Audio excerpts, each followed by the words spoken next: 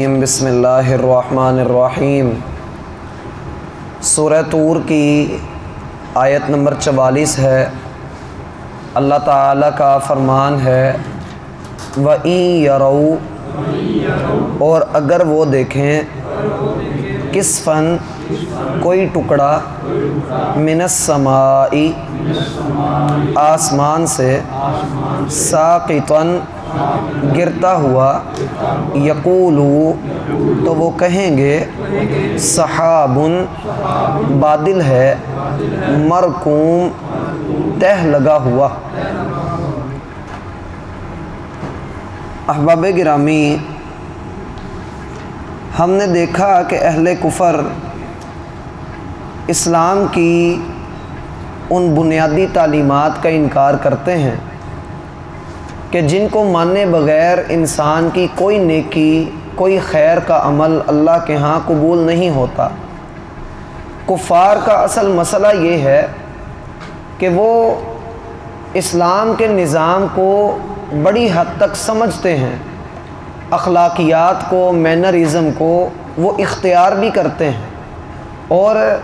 ان کے اندر ادب و آداب کا بڑا لحاظ رکھا جاتا ہے۔ لیکن جب بات آتی ہے عقائد کی، انسانی زندگی میں اللہ کے احکامات کی، نفاذ شریعت کی اور نظام دین کی، تو وہ ہتھے سے اکھڑ جاتے ہیں اور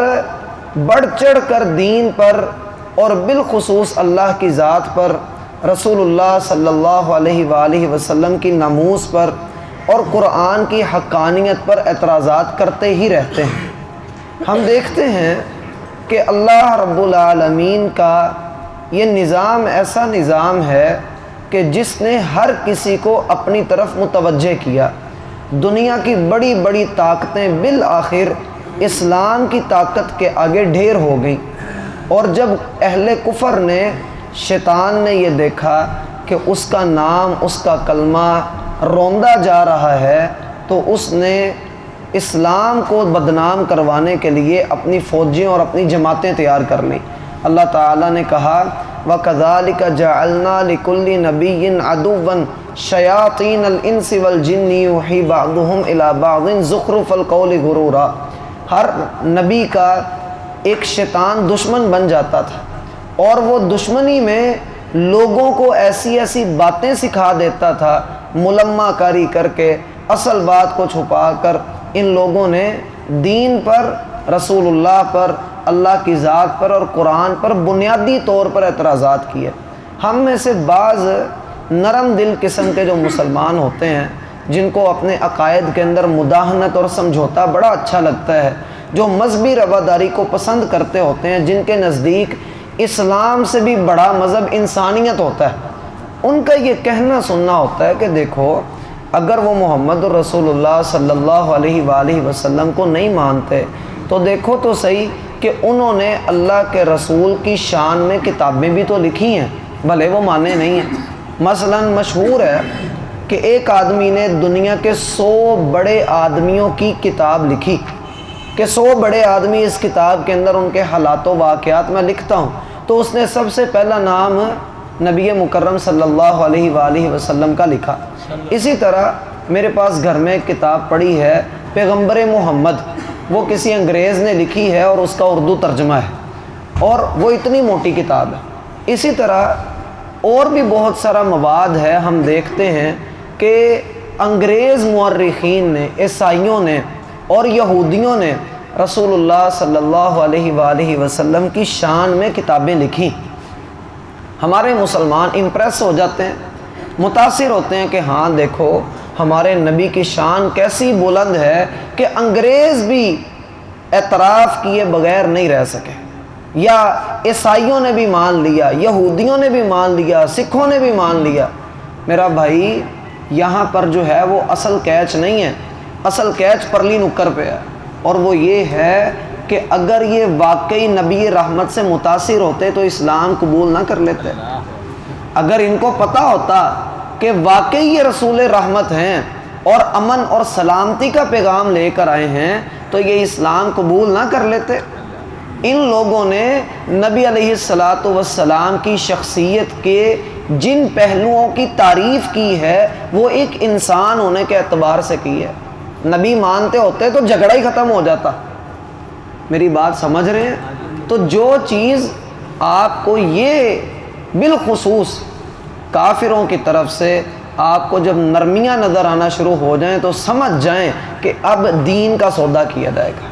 اب ہمارے دین کے اوپر ڈاکہ ڈالا جائے گا۔ اور کافروں کی اپنی حالت یہ ہے کہ اندھیرے میں ہے، نظر ککھ نہیں آتا، ان کو روشنی ان کے پاس موجود نہیں ہے، اور وہ یہ چاہتے ہیں کہ مسلمانوں سے بھی ان کی روشنی چھین لیں، مسلمانوں سے بھی ان کی ہدایت کو گمگشتہ راہ کر دیں، اور وہ اللہ رب العالمین کے دین کے متعلق ایسے ایسے شبہات اور شک اور ایسے ایسے اعتراضات پیش کرتے ہی رہتے ہیں کہ اگر بندہ پہچان نہ رکھے، عقیدے کے اوپر مضبوط نہ ہو، اس کی تعلیم کمزور ہو تو بندہ پھسل جاتا ہے، بندہ اپنے دین کے اوپر قائم نہیں رہتا۔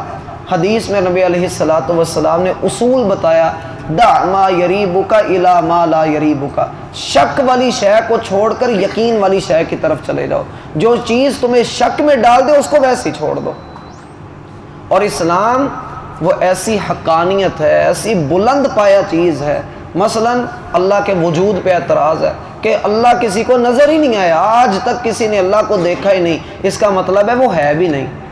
تو ہم اس کا یہ نہیں کہیں گے کہ بس قرآن کھول لو، اس کو آیتیں پڑھ پڑھ کے سناؤ، وہ تو اسی کا ہی انکار کر رہا ہے، وہ نہیں مانے گا۔ اسے اس کی زبان میں جواب دیں، اور وہ جواب کیا ہوگا؟ ہر بندے کے لحاظ سے اس کا جواب دیا جائے گا۔ مثلا یہ جواب دیا جا سکتا ہے، تیرے سینے میں دل دھڑکتا ہے، تو نے دیکھا؟ نہیں دیکھا۔ اگر تو دیکھ لے تو تیرے لیے ممکن ہی نہیں، انسان اس کو دیکھ ہی نہیں سکتا کہ میرا دل کیسے دھڑک رہا ہے۔ دماغ کے اندر عقل ہے، عقل کا کوئی مادی وجود نہیں ہے۔ جب تجھے اپنی عقل نہیں نظر آ رہی تو اللہ کو دیکھنا چاہ رہا ہے۔ اگر تیری عقل موجود ہے، تیرا دماغ سالم ہے، سلامت ہے، اور تو اپنے کام کاج کرتا ہے، تو اس کائنات کا نظام اللہ کے سوا پھر کون چلا رہا ہے؟ کون ہے جو اس کائنات کو تھامے ہوئے ہے؟ پھر ان کا ایک اعتراض یہ بھی ہوتا ہے کہ دیکھو اللہ نے سب کو پیدا کیا۔ یہ اعتراض تو نبی علیہ السلام نے حدیث میں بھی سمجھایا، فرمایا شیطان تم سے آ کر کہے گا من خلق کذا من خلق کذا، فلاں چیز کو کس نے پیدا کیا، فلاں چیز کو کس نے پیدا کیا، تو تم کیا کہو گے؟ اللہ نے پیدا کیا،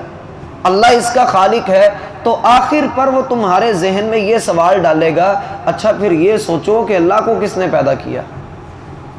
فرمایا کہ جب یہ کیفیت بنے فوری طور پر اللہ کی پناہ میں جاؤ، اعوذ باللہ من الشیطان الرجیم کہو، اور شیطان کے اوپر تھتکار دو اور اللہ کی پناہ میں آ جاؤ۔ اور اگر کوئی یہ کہے کہ نہیں، اس چیز کو تلاش کرو کہ اللہ کا کوئی خالق ہے، اللہ کو بھی کسی نے پیدا کیا ہے، تو پھر ایک لمبا سلسلہ شروع ہو جائے گا کہ جس نے اللہ کو پیدا کیا اس کو بھی کسی نے بنایا، پھر اس کو بھی کسی نے بنایا، پھر اس کو بھی کسی نے بنایا، بالآخر ایک ایسی ہستی کا وجود تسلیم کرنا پڑے گا جو ازل سے لے کر ابد تک ہے، جسے کسی نے پیدا نہیں کیا، وہ خود ہے اور ہمیشہ سے ہے، اور ہم اس کا جواب پہلے قدم پہ ہی دے دیتے ہیں کہ وہ اللہ ہی ہے، اور اللہ کے سوا کوئی معبود برحق نہیں ہے۔ اللہ نے کہا وَإِن يَرَوْا كِسْفًا مِّنَ السَّمَاءِ سَاقِطًا، اگر یہ اپنی آنکھوں کے سامنے آسمان سے کوئی ٹکڑا عذاب کا گرتا ہوا دیکھ لیں، کوئی عذاب کا ٹکڑا گرتا ہوا دیکھ لیں، یقولوا سحاب مرکوم، کہیں گے یہ عذاب نہیں ہے، یہ تو بادل اتر رہے ہیں، یہ تو بادلوں کی لیئر ہے۔ موجودہ دور میں ہم دیکھتے ہیں کہ سائنسدانوں نے، ہمارے مسلمانوں نے تحقیقیں کی، پھول کے اندر خوشبو کیوں پیدا ہوتی ہے، دیکھتے گئے اس کی رنگت یہ ہے، اس کا بیج یہ ہے، اس کا نر، اس کا مادہ، اس کا نیکٹر، اس کی پتیاں، اس کا جو ہے وہ ساری جو پیوند کاری ہم نے کی، تو اس کے نتیجے میں اس کے اندر یہ خوشبو پیدا ہونا ایک طبعی عمل ہے، ایک طبعی چیز ہے، فزیکل چیز ہے، اس نے ہونا ہی ہونا تھا، پانی میں نمک ڈالا اس نے نمکین ہونا ہی ہونا تھا۔ لیکن یہ نہیں سوچتا کہ نمک کو پانی میں حل ہونے کی اجازت کس ذات نے دی؟ وہ چاہے تو اس کو جدا رکھے، وہ نہ اس کو وہاں پر حل ہونے دے۔ ہمارے ہی مسلمان تھے جنہوں نے ان چیزوں کے اوپر جو ہے وہ سرچیں کی اور پھر بعد میں اعتراض کر کے بیٹھ گئے اللہ کی ذات پر، ماننے سے ہی انکار کر دیا۔ یہی وجہ ہے اللہ نے کہا آسمان سے عذاب کا کوئی ٹکڑا اترے تو یہ کہیں گے کہ یہ تو بادل ہے، تہ میں لگی ہوئی موٹی تہ ہے بادلوں کی، اور اس میں یہ کوئی مسئلے والی بات نہیں ہے۔ اللہ زلزلے بھیجتا ہے، سائنسدان سر جوڑ کے بیٹھ جاتے ہیں، ملحد لوگ بیٹھ جاتے ہیں، اچھا زمین میں کون کون سی پلیٹیں ٹوٹیں اور کیا زمین کے اندر لہریں بحریں آئیں، کون سا مد و جزر ہوا، چلو آئندہ سے جو ہے وہ زلزلہ پروف عمارتیں بنانی شروع کر دو۔ یہ نہیں دیکھتا کہ ان پلیٹوں کو توڑا کس نے، زمین کو حکم کس نے دیا ہلنے کا۔ آسمان سے کوئی آفت اترتی ہے تو پھر غور کرنے بیٹھ جاتا ہے، کتنے کروڑوں خرچ کرتا ہے کہ میں دیکھ لوں کہ اس کے آسمان کے جو مد و جزر ہیں، آسمان کے اوپر جو تبدیلیاں ہو رہی ہیں، ہوائیں کس رخ پہ چلیں گی، آنے والے دنوں میں موسم کی کیا صورتحال ہوگی، سب جج کر لیتا ہے۔ لیکن جب اللہ اینڈ ٹائم پہ اس کی پریڈکشن کو، اللہ تعالیٰ اس کی پیشین گوئی کو جھوٹا کرتا ہے، پھر سر پکڑ کے بیٹھ جاتا ہے کہ غلطی کہاں پہ ہوئی۔ غلطی وہ یہی ہے کہ اللہ کو نہیں ماننا۔ تو پھر جب ایسے ایتھسٹ اور ملحد اور سیکولر ذہن انسان کے ہاں فروغ پائیں، ہمارے معاشرے کے اندر آ جائیں، جن کو اللہ پہ اعتراض ہو، اللہ کے دین پہ اعتراض ہو، جن کو دین کے ہر حکم کے اوپر، پردے پر، داڑھی پر، نماز روزے پر اور رسول اللہ کی احادیث پر جن کو اعتراضات ہوں، ان کا حل صرف ایک ہی ہے کہ فَذَرْهُمْ حَتَّى يُلَاقُوا يَوْمَهُمُ الَّذِي فِيهِ يُسْعَقُونَ، انہیں چھوڑ دیجئے حتیٰ کہ یہ قیامت کے دن میں جب بے ہوش کیے جائیں گے تب پتہ لگے گا۔ فَذَرْهُمْ، ان کو چھوڑ دیجئے، حَتَّى يُلَاقُوا يَوْمَهُمُ الَّذِي فِيهِ يُسْعَقُونَ، جس دن یہ سارے کے سارے بے ہوش کر دیے جائیں گے، اور وہ بے ہوشی کوئی معمولی نہیں ہوگی۔ وَتَرَى النَّاسَ سُكَارَىٰ وَمَا هُمْ بِسُكَارَىٰ، تو دیکھے گا کہ لوگ مدہوش ہیں لیکن وہ مدہوشی نہیں ہے، تیرے رب کے عذاب کی سختی ہے۔ فَذَرْهُمْ يَخُوضُوا فَذَرْهُمْ حَتَّى يُلَاقُوا يَوْمَهُمُ الَّذِي فِيهِ يُسْعَقُونَ يَوْمَ لَا يُغْنِي عَنْهُمْ كَيْدُهُمْ شَيْئًا وَلَا هُمْ يُنصَرُونَ، اس دن ان کی کوئی چال ان کے کام نہیں آئے گی۔ دنیا میں ہو سکتا ہے کہ میں لاجواب ہو جاؤں، آپ لاجواب ہو جائیں، آپ کسی لبرل کی بات سن کر جو ہے وہ کہیں واقعی یار بات تو صحیح کرتا ہے، مجھے اس کا جواب نہیں آتا، آپ جو ہے وہ پریشان ہو جائیں، لیکن کل کو جب رب ذوالجلال کے سامنے پیش کیے جائیں گے تو جو چالیں دنیا کے اندر ایمان والوں کو بگاڑنے کے لیے وہ استعمال کرتے تھے اور سمجھتے تھے کہ ہماری بات کا کسی کے پاس جواب نہیں، تو جس دن جواب ملے گا پھر وہ اپنے سوالوں کو دیکھیں گے کہ سوال تو کسی کی چیز کے بنے ہی نہیں، سوال تو کام ہی نہیں آ سکے، ہم نے جو دین کو جھٹلانے کے لیے برے کام کیے، ہم نے جو محنتیں کی، بنا تو ککھ بھی نہیں، اللہ کا دین تو پھر بھی غالب آ گیا۔ اس کو یوں سمجھ لیں، ایک بندہ کہتا ہے کہ جی اللہ نہیں ہے، اچھا بھائی نہیں ہے، جا جو کر لے جو کرنا تو کر لے، تیرے کہنے سے اس نے کون سا نہیں ہو جانا، وہ تو ہے، تو نہ مان، تو کہتا رسول نہیں ہے، ٹھیک ہے نہیں نہ مان، جب جو کرنا کر لے، لیکن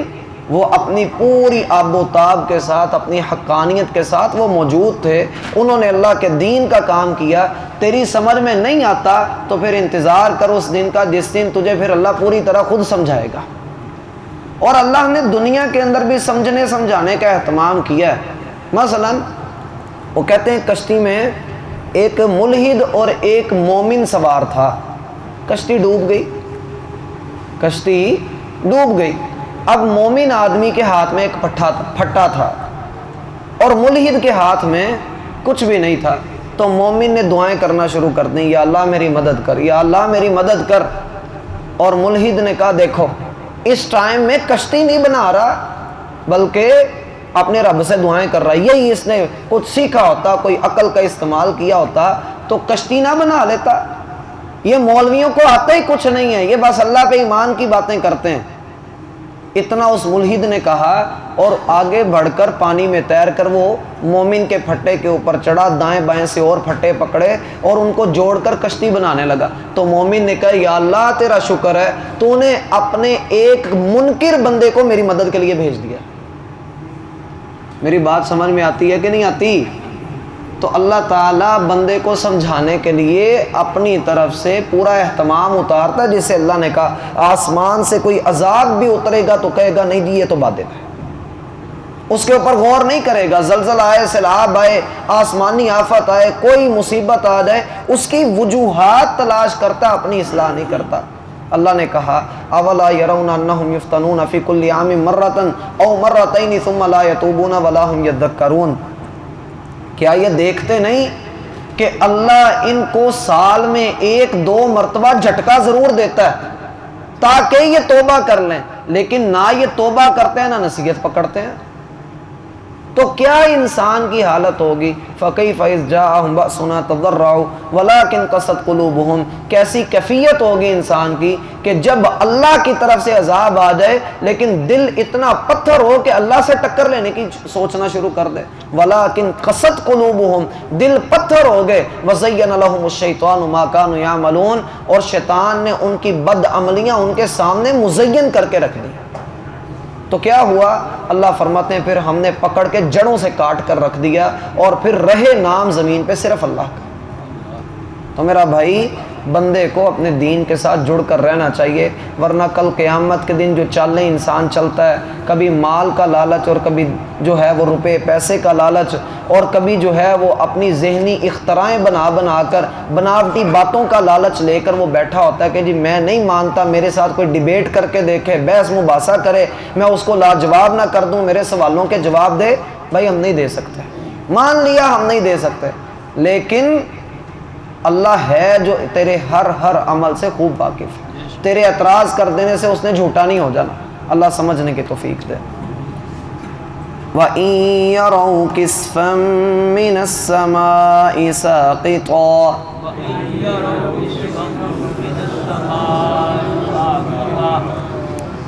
يَقُولُوا سَحَابٌ مَّرْكُومٌ فَذَرْهُمْ حَتَّى يُلَاقُوا